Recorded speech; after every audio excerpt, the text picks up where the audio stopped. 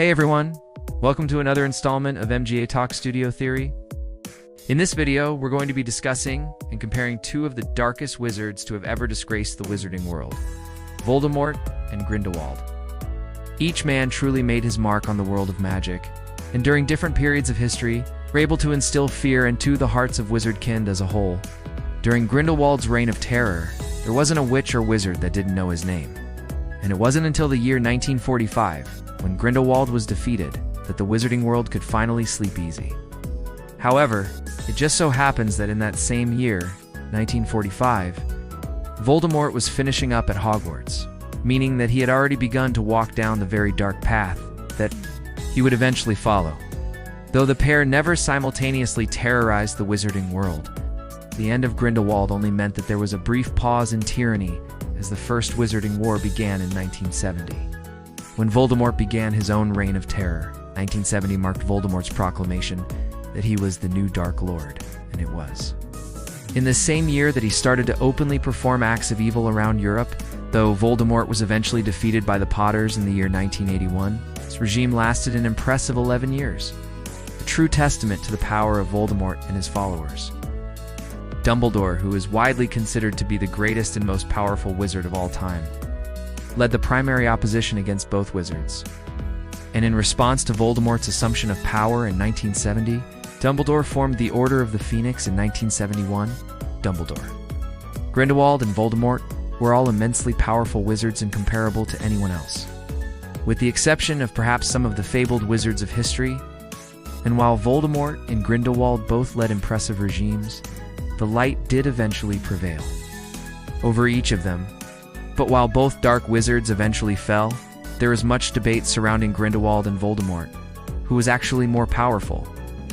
Both were immensely talented from an extremely young age, and each of them had exposure to Dumbledore, who is said to have been able to do things with a wand that no one else could. Let's take a brief look at each of their histories and see if we can pick up any clues along the way. We'll start chronologically and begin with Gellert Grindelwald. Grindelwald was born in the year 1883, and in his younger years he was a student at Durmstrang Institute. While attending the school, Grindelwald began to demonstrate exceptional magic ability at an extremely young age. However, his sadistic nature also quickly shone through, as not far into his studies, he was expelled for experimenting with twisted and dark magic. Grindelwald was a man that continually pushed the limits of his magical abilities, and he didn't let ethical considerations of good versus bad magic stop him in his magical endeavors. After being expelled, Grindelwald was intent on achieving higher and higher levels of power. This mission for power eventually landed him in Godric's Hollow, England. What drew Grindelwald to Godric's Hollow in the first place was its connection to the fable of the Deathly Hallows, a story following three brothers, Antioch, Cadmus, Ignotus, and their first-hand experience with the personification of death. After cheating death, under the guise of congratulating them, awarded them with three gifts: the Elder Wand, the Resurrection Stone, and the Invisibility Cloak. Long story short, each brother chose one of the gifts that death had presented them. Ignotus chose the Invisibility Cloak, Cadmus chose the Resurrection Stone, and Antioch chose the Elder Wand. It was expressed that any witch or wizard that came into the possession of these three Hallows would become the master of death, an all-powerful witch, or a wizard that could achieve levels of power thought previously unattainable. I think that you can probably imagine why a young Gellert Grindelwald would be interested in that. When he first arrived in Godric's Hollow, he met Albus Dumbledore, and the two were inseparable. As each young man was immensely magically talented, they were able to learn a lot from one another, reaching new heights with regards to magical ability. They had a lot in common, each as ambitious as the other. Not only that, but both boys shared a common goal: to seek out and acquire all three of the Deathly Hallows: the cloak, the wand, and the stone. Not only that, but their plan was to lead a wizarding revolution that would effectively put an end to the International Statute of Secrecy, breaking down the secretive divide between Muggle and magical world. Didn't want to hide in the shadows. They wanted wizardkind, who they felt was superior to humankind, to take charge. However, things didn't go exactly according to plan. and Grindelwald and Dumbledore eventually parted ways. At this point in time, Grindelwald left Godric's Hollow and embarked on his mission alone. But shortly after leaving, Grindelwald was actually able to obtain one of the Hallows, stealing the fabled Elder Wand from wand proprietor MgA Grigorovich. This was the beginning of his regime, which operated under the slogan "For the greater good." Grindelwald grew immensely in power over the years, and the public opinion quickly became that Dumbledore would be the only man capable of stopping him. However, Dumbledore was reluctant to pursue Grindelwald, mainly due to their history together. Dumbledore's unwillingness to fight Grindelwald stemmed from a blood pact that the pair had entered in their youth, in which each young man vowed never to fight the other.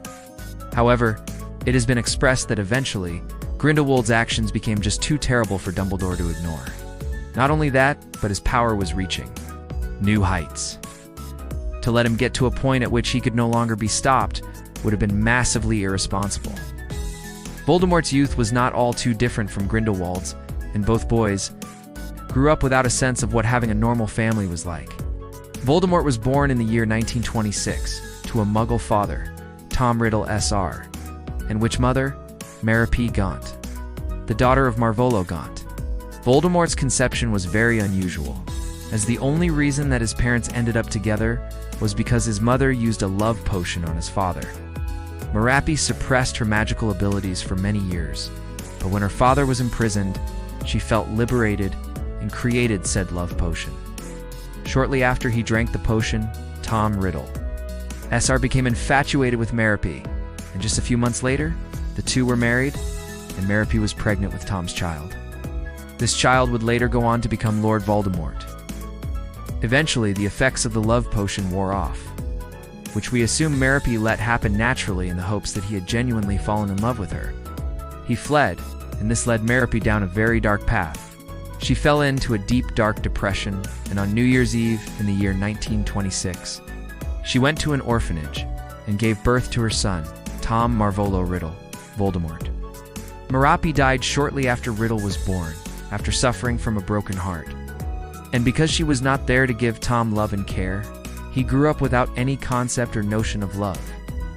In the year 1938, Dumbledore sought out a young Tom Riddle at Wool's Orphanage in London and brought the troubled young magical prodigy to Hogwarts.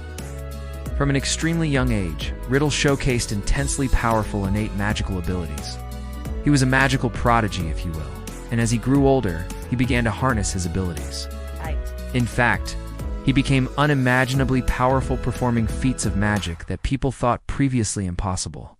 And he knew it too, proclaiming to Harry and the heir of Slytherin that he was the greatest sorcerer in the world. But was he really? Or was he ousted out of that title by Dumbledore and Grindelwald? Voldemort went on to achieve some extremely impressive feats of magic, the most notable of which was probably his creation of Horcruxes. Whether creating Horcruxes is actually difficult, or just very morally frowned upon, is unclear.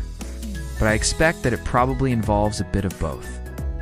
So both Voldemort and Grindelwald were magical prodigies from a young age that led their own tyrannous regimes. But who would have been harder to stop? Let's see what they're capable of, with his innate magical capabilities. And thirst for knowledge, Voldemort achieved many impressive feats of magic over the course of his life, including, but not limited to, things like unsupported flight, Legilimency, Horcrux creation, and mastery of offensive spells like Funfire and Avada Kedavra. At least these are the things that we see on display coming from Voldemort. While Voldemort's skills were impressive, from the outside perspective it really does seem as though Grindelwald knew more. Grindelwald had an extremely impressive magic arsenal, and though some of the spells that he cast were also achievable by Voldemort, there were also plenty of spells that I don't think Voldemort ever knew. Both mastered the unforgivable curses, Crucio, Imperio, and Avada Kedavra. And both men were masters at transfiguration. However, Grindelwald's collection of offensive spells really seems to dwarf Voldemort's. Similar to Dumbledore, Grindelwald was a master of elemental magic, and in the Fantastic Beasts films that we've seen so far, he has produced all sorts of lightning bolts, white elemental blasts, tempest jinxes, and even Grindelwald's Peace de Resistance, Protego Diabolica. I honestly don't think that I've ever seen a spell as overpowered as Protego Diabolica, and if you can't remember what it is, I'll give you a quick reminder. You first see Grindelwald use Protego Diabolica in the Lestrange Mausoleum. Diabolica! is a dark spell that creates a ring of protective black fire around the target. Anyone who is an enemy of the caster will be instantly incinerated.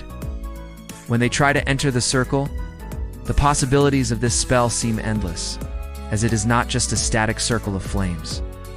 We see Grindelwald controlling the spell like a weapon, extending tendrils of black flames towards his enemies.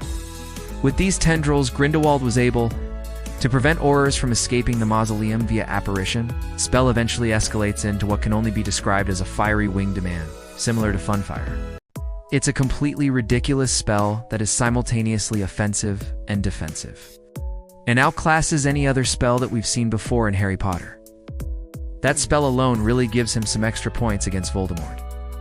However, what should be mentioned is that the Grindelwald we see in the films possessed the Elder Wand. Voldemort didn't have the Elder Wand until the end of the HP films, and even then, he wasn't the true owner and couldn't properly master the wand. Grindelwald was the genuine owner of what is considered to be, historically, the most powerful wand in history. And so it only makes sense that with it, he was able to produce magic previously unheard of. Is this the sole reason that he could produce such absurd magic? That's anyone's guess, but it's definitely a consideration that needs to be made when comparing these two dark wizards.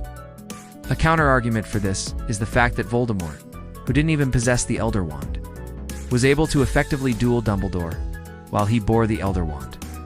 And given that an Elder Wandless Dumbledore defeated an Elder Wand-bearing Grindelwald, this seems like a point for Voldemort. In the Harry Potter films, after Harry is finished looking in to the pensive observing Dumbledore's first interaction with a young Tom Riddle, he has the following exchange with Dumbledore. "Did you know, sir, then? Did I know that I had just met the most dangerous, dark wizard of all time? No." Whether or not this is an admittance that Voldemort is the most dangerous wizard of all time is not 100% clear. But I'm willing to bet that there's some truth behind Dumbledore's statement. Most dangerous doesn't necessarily mean most powerful, as one could be less powerful and more destructive. I think that this honestly might be another point for Voldemort. And this is where the two dark wizards differ quite a lot. Voldemort was certainly the more destructive of the two, but again, this doesn't mean that he was more powerful. Grindelwald had a lot more humanity than Voldemort. And while he was evil to some degree, he did have a concept of things like love and happiness. Voldemort's only joy came from doing terrible things. He was never happy or loved, even in childhood, and so when he got older, had no concept of either. Grindelwald, on the other hand, did find love in his life. And his ambitions of establishing a new world order were not primarily driven by notions of evil or darkness, even if it looked that way at times. Grindelwald genuinely felt that what he was doing was important for the world, and that is why his slogan was for the greater good. He recognized that a lot of his actions were wrong, but ultimately believed that his mission to establish the global wizarding hierarchy was important for wizardkind. He felt that he was just helping his people, even if it did oppress other people. This is perhaps the only reason why Grindelwald never created Horcruxes. He enjoyed life, wanted to preserve his humanity, but wasn't preoccupied with the pursuit of immortality. Producing dark magic like a Horcrux comes at a price, and Voldemort was willing to do whatever it took. Here he says it himself. "I have experimented.